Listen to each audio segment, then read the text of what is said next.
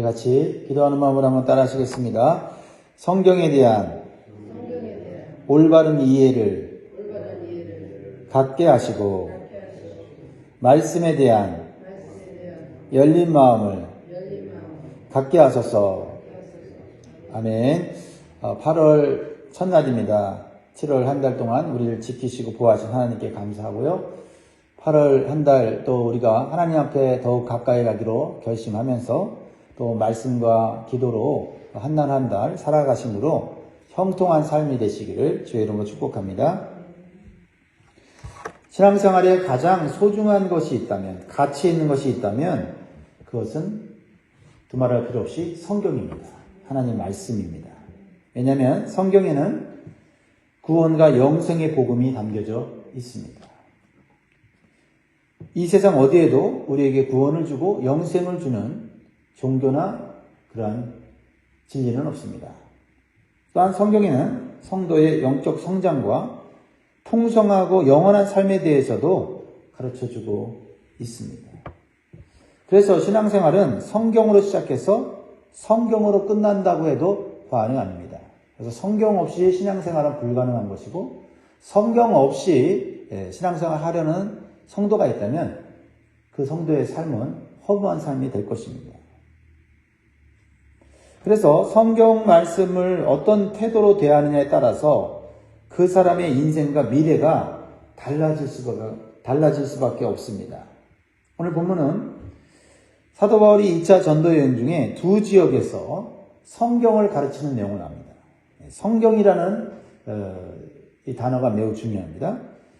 데살로니가와 베레아에서 사도 바울은 성경을 가르칩니다. 성경을 통해서 복음을 전합니다. 성경이 가르치는 메시아가 누구인지를 가르쳐주고 있어요.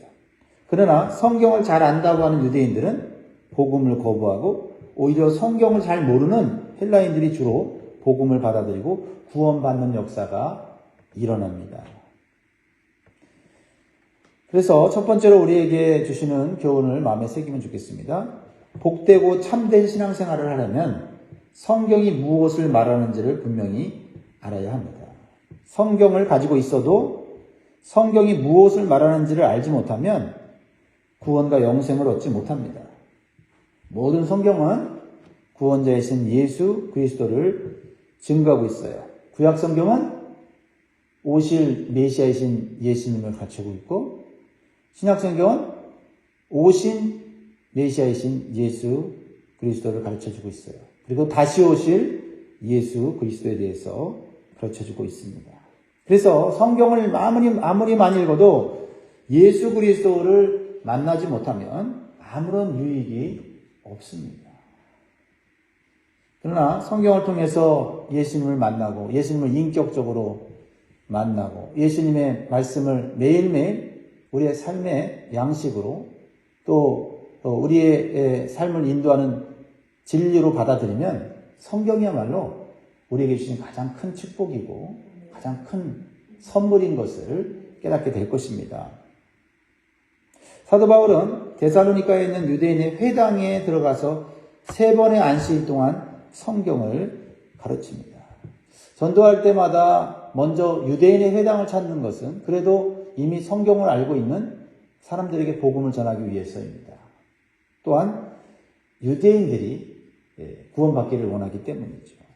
그러나 그 결과는 다르게 나타났어요. 자, 사도 바울이 복음을 전하는데요. 1절부터 3절까지를 보면 그들이 암비볼리오와 아볼로니아로 다녀가 데살로니가에 이르니 거기 유대인의 회당이 있는지라 바울이 자기의 관례대로 그들에게로 들어가서 새 안식일에 성경을 가지고 강론하며 뜻을 풀어 그리스도가 해를 받고 죽은 자 가운데서 다시 살아나야 할 것을 증언하고 이르되 내가 너에게 전하는 이 예수가 곧 그리스도라 하니. 여러분, 바울은 많은 기적과 영적 체험을 한 사람입니다. 아마 이런 것을 사람들에게 막 얘기한다면 사람들이 굉장히 관심을 더 가질 거예요. 그럼에도 바울은 꼭 필요한 경우가 아니면 어떤 이런 기적이나 영적 체험에 간증을 하지 않습니다. 오직 성경을 가지고 강론하고 뜻을 풀어서 예수님께서 성경이 말하는 메시아, 즉 그리스도라는 것을 증언하는데 오로지 모든 수고와 에너지를 썼다는 거예요. 이것이 오늘 우리가 이 본문에서 봐야 할 매우 중요한 핵심적인 가르침이에요. 성경을 강론했다. 이것은 질문하고 답했다는 거죠. 성경에 나오는 말씀이 어떤 진리를 담고 있는지, 어떤 뜻이 있는지 해석하면서 서로 질문하고 답하고 하는 그런 방식을 했다는 거죠. 그래서 뜻을 풀었다는 것은 해석했다는 거죠. 해석해서 예수님이 성경에 나오는 메시아다라는 것을 증명해냈다는 거죠. 그러니까 성경을 통해서 예수 그리스도가 메시아라는 것, 나의 구원자시라는 것, 나의 인생의 주님이라는 것, 그분이 오직 나에게 생명을 주시고 천국으로 이끌 수 있는 분임을 만나야 한다라는 거예요. 그렇지 않고 그저 기적이나 어떤 체험이나 신비적인 어떤 그러한 것들을 추구하면서 교회 생활을 한다면 10년, 20년 믿어도 예수님을 만날 수 없어요. 예수님을 만난 것처럼 착각할 수밖에 없다라는 겁니다. 사도 바울은 오직 예수 그리스도의 십자가의 죽으심과 부활의 복음을 전했어요. 이것이 성경의 핵심 메시지이기 때문입니다.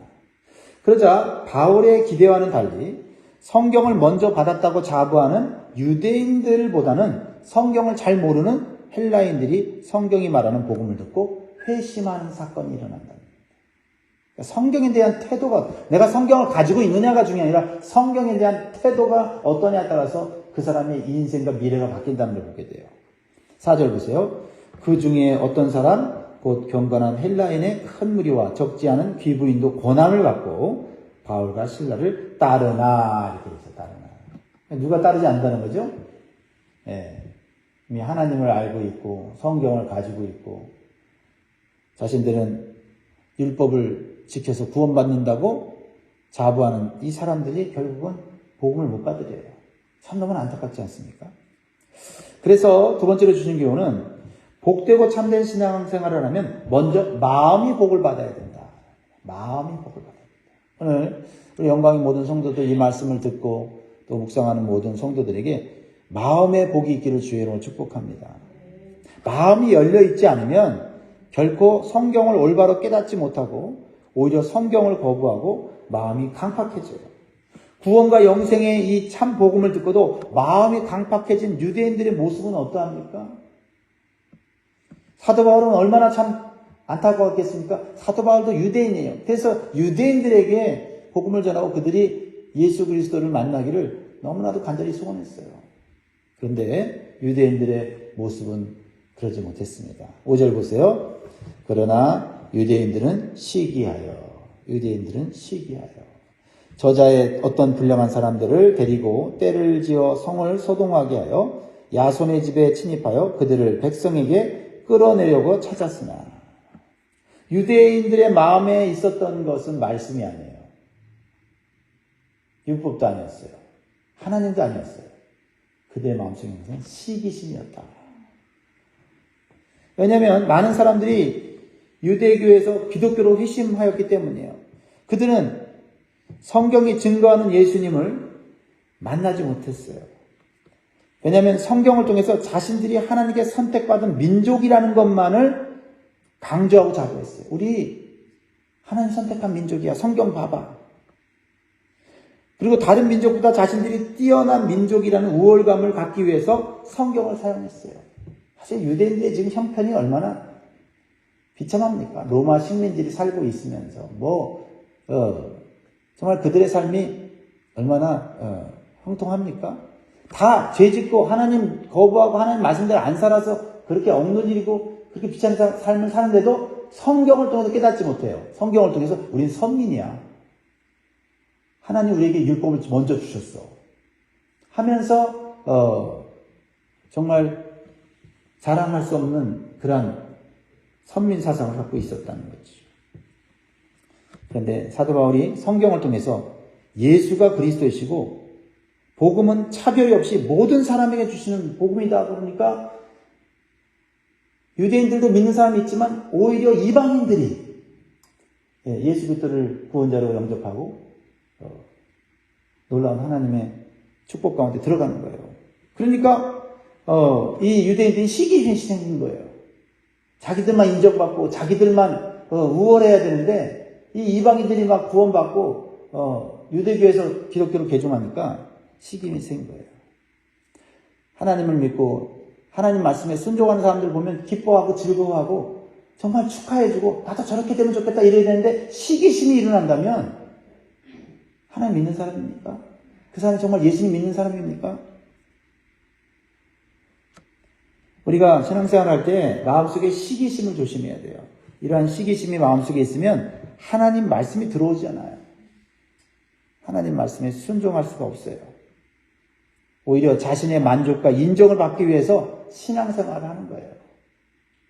많이 기도하는 것, 많이 성경 읽는 것, 많이 봉사하는 것이 그것이 내 자랑거리가 된다 말이에요. 그래서 우리 마음 가운데 시기심이 생기면 자기 자신도 신앙생활이 괴롭고 다른 사람들도 괴롭게 만드는 거예요. 보세요. 이제 시기가 난 유대인들은 본격적으로 예수 믿는 사람들을 핍박하고 모함합니다. 특히 바울과 그 전도팀을 잡으려고 혈안이 되어 있어요. 그들만 잡으면 된다. 그러나 이미 복음을 받아들였던 야손과 믿음의 형제들이 바울과 전도팀을 숨겨줘요. 그래서 사도 바울 일행은 잡히지 않습니다. 그러자 유대인들은 더 교활한 방법을 사용하죠. 그건 뭐예요? 말 바꾸기예요. 말 바꾸기. 여러분 마음속에 시기심이 있고 질투심이 있고 그런 악한 마음이 들어오면요. 말 바꾸기가 그 사람의 장점이 돼요. 자, 야손과 믿음의 형제들을 세상 권력자들에게 고소를 합니다. 마치 예수님을 죽이기 위해서 빌라도를 이용한 유대 종교 지도자들의 모습과 같아요. 이건 믿음의 문제고 신앙의 문제고 종교적인 문제인데 이것을 정치적인 것으로 바꾸어서 세상의 권력자들을 자극하고 그래서 정치적 이슈를 만들어요. 사회적 문제로 만들어버리는 거예요. 예수님도 그래서 돌아가신 거 아닙니까? 자, 보세요. 6절에 보면 사도 바울을 찾으려고 막 합니다. 근데 6절에 발견하지 못함에 야손과 몇 형제들을 끌고 읍장들의 앞에 가서 소리질러 이르되 천하를 어지럽게 하던 이 사람들이 여기도 이르매. 예수 그리스도를 믿고 복음을 받아들인 이 야손과 그 믿음의 형제들을 끌고 가서 이 사람들이 천하를 어지럽혀주는 그 사도 바울의 말을 듣고 이 사람들도 같은 한패다라고 얘기하는 거죠. 그리고 7절에 보세요. 더 심각한 얘기를 하죠. 야손이 그들을 맞아들였도다. 이 사람들이 다 가이사의 명을 거역하여 말하되 다른 임금 곧 예수라 한 이가 있다 하더이다 하니. 여러분 이 두 가지 말로 정치적 이슈를 만들었죠. 하나는 천하를 어지럽힌다는 거예요. 그러면 어떻게 해요? 이 로마 황제가 다스리는데 천하를 어지럽힌다? 이거 잘못된 반역하는 죄 아닙니까? 거기다가 더 심한 말을 하죠. 두 번째는 황제 가이사의 명을 거역하여 다른 임금인 예수를 따른다는 거예요. 이거 국가 반역죄입니다. 다른 임금을 따른다? 지금 황제가 있는데? 근데 복음이 말하는 임금 예수는 이 세상 나라의 임금이 아니에요. 그리고 이미 예수님은 이 땅에 안 계시잖아요. 지금 여기 바울이 복음을 전할 때는. 온 우주를 다스리는 만왕의 왕으로서 천국의 왕이신 것을 말했는데 그것을 다른 임금을 따르는 국가 반역죄로 이렇게 말바꾸기를 하고 있다는 거죠. 그러니까 이 말들은 하나님을 안 믿는 무리들과 정치 지도자들은 가만히 있을 수가 없죠. 야, 이거 예수 믿는 것들이 이거 나라 뒤집어 엎어버리는구나. 그러니까 8절에 보세요. 무리와 읍장들이 이 말을 듣고 소동하여. 황제를 거역한다는 말을 가만히 지켜볼 수 없는 거예요. 그래서 야손과 믿음의 형제들을 붙잡히게 돼요. 여러분 정말 참 이거는 사악한 거예요. 그렇죠? 때때로 정말 교인이라고 하는 사람들이 자신의 어떤 그 욕심과 이익을 챙기기 위해서 세상에다가 교회의 일을 고소해갖고 말이죠. 자신의 어떤 이익을 누리려고 함으로 교회와 성도들을 비참하게 만드는 그런 무리들도 있어요. 하나님 앞에 큰 죄입니다. 하나님 믿는다는 유대인들이 이렇게 하고 있단 말이에요. 불량배를 데려다가 말이죠. 이렇게 바울과 복음을 전하는 자들을 괴롭힌다. 방법도 선하지가 않아요. 우리는 신앙생활하면서 자신의 이익을 따라서 말 바꾸게 하는 사람들을 조심해야 돼요. 이럴 때는 이렇게 말하고 저럴 때는 저렇게 말하고 다 그게 자신의 이익을 위해서 말하는 거 아니에요? 이건 사단이 자주 사용하는 죄입니다. 우리 또한 상황이 불리해지면 손해볼까 봐 거짓말이나 말 바꾸기를 하려는 그런 유혹이 있어요. 그것이 죄인 것을 우리는 기억해야 될 줄 믿습니다. 우리는 반대로 손해를 본다고 해도 신앙과 양심을 지키고 복음의 진리를 수호하는 성도가 돼야 돼요. 교회를 지키고 복음을 지키고 그렇죠? 예. 이것이 하나님께서 인정하시는 삶이고 인정하시는 신앙이에요. 이런 사람은 끝까지 하나님을 보호하십니다. 자, 그러한 모습이 데살로니가 교회 성도들의 모습을 통해서 나타나요. 자, 9절 보세요. 짧게 나왔지만 여기에는 많은 것이 담겨져 있어요. 9절 같이 있습니다. 시작. 야손과 그 나머지 사람들에게 보석금을 받고 놓아줍니다. 읍장들인 정치 지도자들이 이 유대인들의 말을 듣고 이 야손과 나머지 사람들, 예수 믿는 사람들을 감옥에 가둔 거예요. 그래서 너희들 누가 이 말을 전했냐, 이런 반역죄를 짓도록 누가 했냐 이렇게 하니까 사도 바울과 실라가 한 것이 아니라고 변명했겠죠. 그러면서 결코 바울과 실라를 내놓지 않아요. 이 사람들은. 왜? 복음을 받았고 구원을 받고 영생을 얻기 때문에 어떻게 복음을 전하는 자를 내놓습니까? 그것은 하나님의 말씀을 지키는 거예요. 진리의 말씀을 지키는 거예요. 그러니까 어떻게 해요? 보석금을 내요. 차라리 물질적 손해를 보면서 사도 바울과 선교팀들이 잡히지 않도록 합니다. 그래서 정치 지도자들은 보석금을 받고 그들을 내보내죠. 그리고 바울과 실라를 다른 곳으로 피신하게 해줍니다. 이게 복음을 받은 자들의 그러한 모습이에요. 10절 밤에 형제들이 곧 바울과 실라를 베레아로 보내니 그들이 이르러 유다인의 회당에 들어가니라. 이렇게 구원의 복음을 올바로 받고 믿는 자들은요, 복음과 복음 전하는 자들을 돕는 동역자가 되는 거예요. 자기가 손해를 봐도, 그렇죠? 이렇게 말씀을 지키고 교회 공동체를 지키려고 하는데 이 유대인들은 회당을 지키지 못하고 교회를 지키지 못하고 하나님의 공동체를 지키려고 자기들에게 손해가 나면은요, 그런 정말 이렇게 불량배를 사용해서라도 교회를 어지럽히는 자들이 된 것입니다. 이게 다 뭐예요? 하나님 말씀, 성경에 대한 올바른 태도를 못 가지면 결국 성경을 통해서 자기 자신의 이익과 욕구를 채우는데 살아가는 거예요. 우리는 선민이다. 우리는 하나님의 선택한 민족이다. 이방인과는 다르다. 너희들 우리에게 속하려고 하면 이 회당에서 율법 지키면서 우리처럼 의롭게 살아야 된다. 자기들도 지키지 못한 율법을 그렇게 가르친 자들이 바로 유대인들이에요.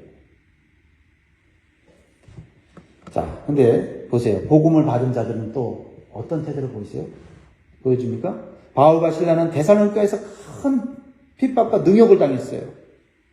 그런데도 또 유대인의 회당에 들어가서 성경을 가르치고 있다는 거죠. 왜요? 성경이 소중합니다. 성경이 복음을 주니까. 성경이 영생을 주니까. 그러니까 핍박받아도 고난당하도 죽임을 당할 위기 속에서 성경을 가르치면서 내가 받은 이 구원의 기쁨을 나누고자 하는 거예요. 그런데 하나님께서는 이 베레아에 있는 유대인의 회당에서 성경을 가르칠 때 큰 위로와 기쁨을 주세요. 이런 위로와 기쁨이 있기 때문에 또 우리가 신앙생활 하는 거예요. 그러니까 봉사하는 거고 우리가 헌신하는 거예요. 하나님 보고 신앙생활 하는 거예요. 왜냐하면 데살로니가에 있는 사람들과는 비교가 되지 않을 정도로 베레아 사람들은 성경을 대하는 태도가 너무나도 귀하고 아름다웠어요. 이렇게 성경을 대하는 태도가 사람마다 달라요.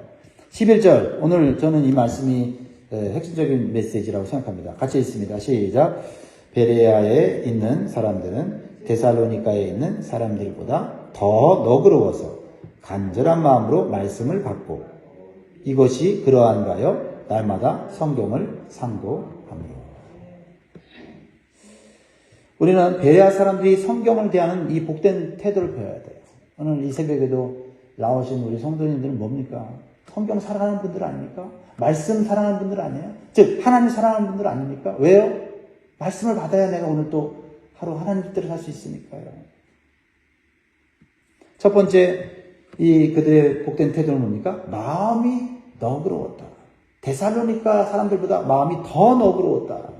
그러니까 마음이 사람마다 달라요. 너그러운 사람이 있고, 쪼그라진 사람이 있고, 그렇죠? 여유 있는 사람이 있고, 조급한 사람이 있고. 근데 마음이 너그럽다고 하는 거는 그 사람은 복된 사람이에요. 어떤 말씀이든지 마음이 열려 있어요. 받아들일 수 있는 준비가 됐다는 거죠. 이것처럼 복된 것이 없죠. 또 마음이 너그럽다는 표현은 고상하고 품위가 있는 태도라고 말하고 있어요. 그래서 영어 성경 번역을 보면 노블 마인드, 고상한 그런 품위가 있는 그런 마음이에요. 여러분 사람은 외모로 사실 그 사람의 품위가 결정되는 게 아니에요. 외모는 그렇게 뛰어나지 않는데 마음이 고상하고 품위가 있으면요 정말 그 사람은 아름다워 보여요. 멋져 보여요. 함부로 대할 수 없어요. 그렇습니다. 사람이요 마음이 쪼그라들고 조급하면요 무례하고 거친 행동이 나오게 돼 있어요. 그러나 고상하고 품위가 있는 마음을 가지고 있으면 예의가 있어요. 기본적으로 사람은 예의가 있어요. 넉넉해서 상대방의 말을 경청하는 여유가 생겨요. 이게 여기 말하는 마음이 너그럽다고 하는 뜻이에요. 베레아 사람들이 바울이 가르치는 성경 말씀에 대해서 그런 고상하고 품위 있는 마음의 태도를 보였다는 거예요. 그러니까 복음이 막 쏙쏙 들어가는 거예요. 말씀이 쏙쏙 들어가는 거예요. 그리고 그들은 어떻게 했어요? 간절한 마음으로 말씀을 받았다고 했어요. 간절한 마음. 이 간절한 마음이 중요한데 어느 쪽으로 간절하냐가 이게 참 또 방향을 결정해요. 데살로니가에 있는 유대인들은 간절한 마음이 자기들이 인정받고 싶은 시기심으로 나타났어요. 그 시기심의 간절한 마음은요 누구도 못 당해요. 그런데 베레아 사람들은 말씀을 더 깊이 깨닫기 원하는 영적으로 간절한 마음이었다. 영적으로 간절한 마음. 오늘 한번 나의 현재 간절한 마음은 어디에 있는지 살펴보시기 바랍니다. 무엇에 간절한지 내가. 영적으로 말씀에 간절한 마음이 있기를 주의 이름으로 축복합니다. 네 번째로 보면 말씀을 받고 그것이 옳은가 날마다 성경을 상고했다고 했어요. 이것이 그러한가 하여 날마다 성경을 상고합니다. 여러분 세상에서 말씀을 듣고 그것을 끝나지 않았다는 거예요. 감동받고 끝나지 않았다는 거예요. 정말 그게 옳은가? 정말 그 받은 그 감동이 계속 내 안에서 머물 수 있도록 성경을 상고했다고 했어요. 이 상고한다는 것은 자세히 조사하고 연구하는 걸 말해요. 그래서 그 말씀을 내 안에 들어오도록 묵상하는 거예요. 제가 주일에도 묵상에 대해서 말씀드렸죠. 말씀이 마음속에 있게 하기 위해서는 날마다 성경을 상고해야 됩니다. 날마다 해야 돼요. 날마다. 여기 날마다라는 강조를 하고 있지 않습니까? 이러한 태도가 베레아 사람들을 복된 신앙과 풍성한 은혜의 삶으로 인도했다라는 겁니다. 그래서 그곳에서는 유대인들도 헬라인들도 구원받고 모범적이고 아름다운 베레아 교회가 세워지게 돼요. 그러니까 어떻게 보면 예루살렘 교회가 우리의 삶의 모델로서 세워졌지만 성경에 쭉 보면서 그래도 우리가 본받아야 되는 그런 교회가 바로 베레아 교회다. 그래서 12절에 그 중에 믿는 사람이 많고 또 헬라의 기부인과 남자가 적지 않냐나 라고 말씀하고 있죠. 데살로니가 유대인들은 마음의 시기심을 이기지 못해서 이제는 원정까지 와서 베레아 사람들에게 복음을 전하는 바울을 핍박해요. 그래서 바울은 이제 아덴으로 피신하게 됩니다. 그것이 오늘 마지막 부분이죠. 13절 데살로니가에 있는 유대인들은 바울이 하나님의 말씀을 베레아에서도 전하는 줄을 알고 거기도 가서 무리를 움직여 소동하게 하거든요. 이렇게 성경에 대한 마음의 태도가 이렇게 그 사람의 인생과 미래의 삶을 결정하는 거예요. 성경을 가지고 있는 게 중요한 게 아니라 성경에 대한 올바른 태도를 갖고 간절한 마음으로 그 말씀을 받고 날마다 성경을 상고하는 이 태도야말로 우리의 미래를 보호받고 보장받는 길인 줄 믿습니다. 말씀을 맺겠습니다. 사랑하는 성도 여러분, 성경을 소중히 여기십시오. 여기에 인생의 축복과 문제 해결의 열쇠가 다 들어있어요. 항상 마음이 너그럽고 열린 마음을 갖도록 마음을 바꾸시기 바랍니다. 시기심 같은 죄가 들어오지 않도록 기도로 대적하고 날마다 말씀 묵상을 통해서 마음을 말씀으로 채우시기를 주의 이름으로 축복합니다. 기도하겠습니다.